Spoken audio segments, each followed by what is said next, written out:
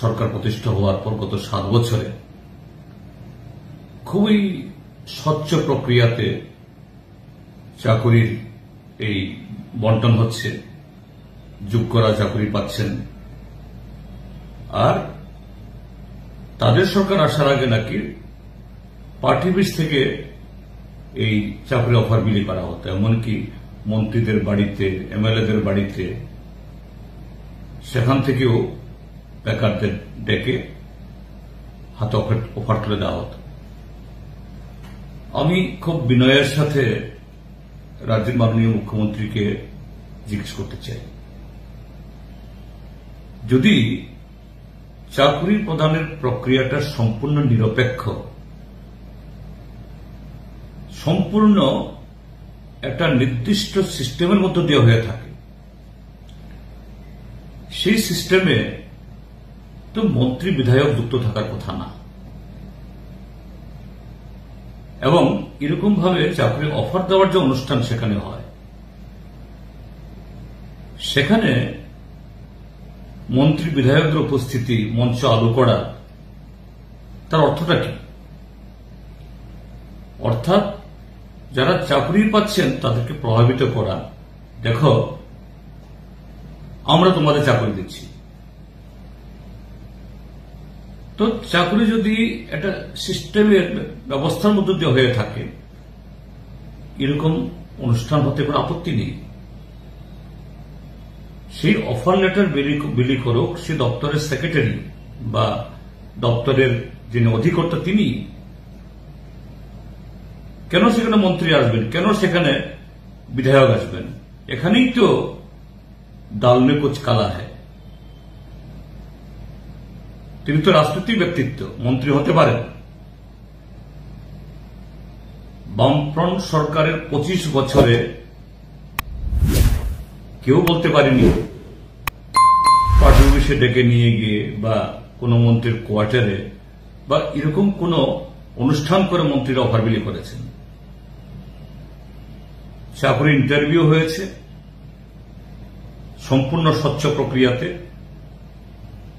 এবং তা প্রক্রিয়া সম্পন্ন করে সেই অফার ডাক যুগে যারা চাকরি পেয়েছেন, অর্থাৎ অফার যারা পেয়েছেন তাদের বাড়িতে গেছে, তারা জয়েন করেছেন। মাঝখানে কোন জনপ্রতিনিধি এবং কোন রাজনৈতিক দলের কোন নেতৃত্বের কোন ভূমিকা সেখানে রাখার কোন সুযোগ নেই। কেউ সেখান থেকে কোন ধরনের ফায়দা, কোন ধরনের যে এই কি বলে বোনাস পাওয়ার কোন স্কোপ সেখানে নেই।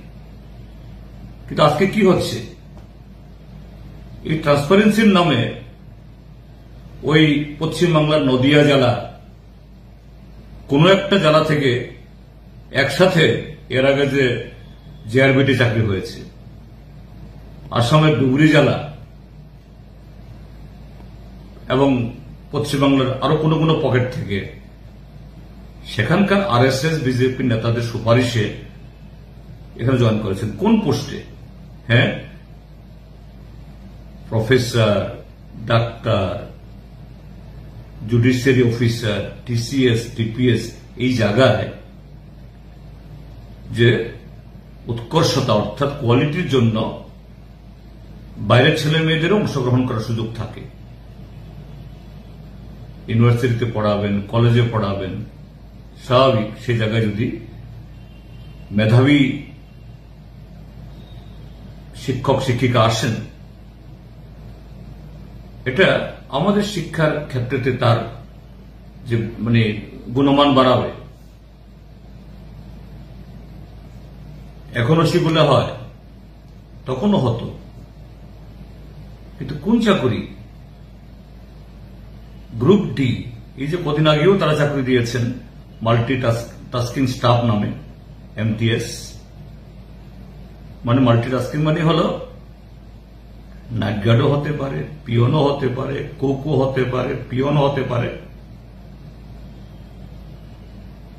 আমাদের রাজ্যের ছেলেমেয়েরা যারা পেয়েছেন তারা হলেন MSc pass, agri, MSc, BSc pass,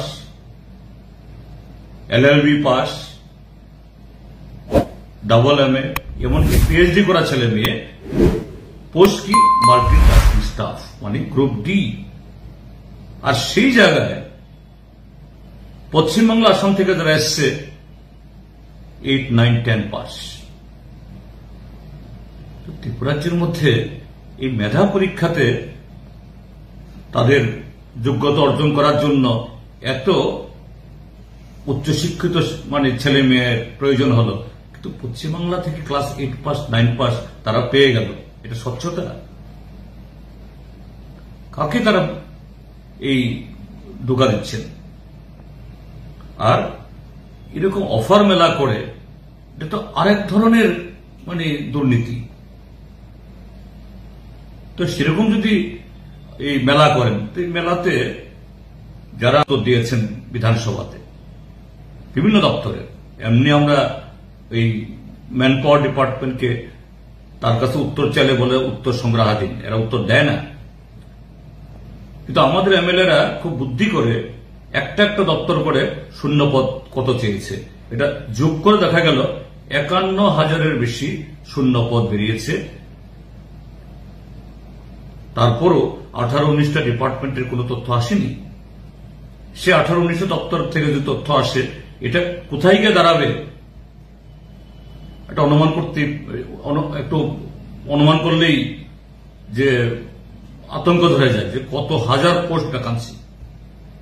এক একটা দপ্তর তার মানে মঞ্জুরকৃত যে টোটাল পদ তার অর্ধেকের বেশি খালি। তো সেগুলো তো পূরণ হচ্ছে না। প্রায় 20,000 শিক্ষক শিক্ষিকার পোস্ট খালি, আজকে অফার বিলি হয়েছে মতো 228টা। লজ্জা থাকা উচিত তাদের।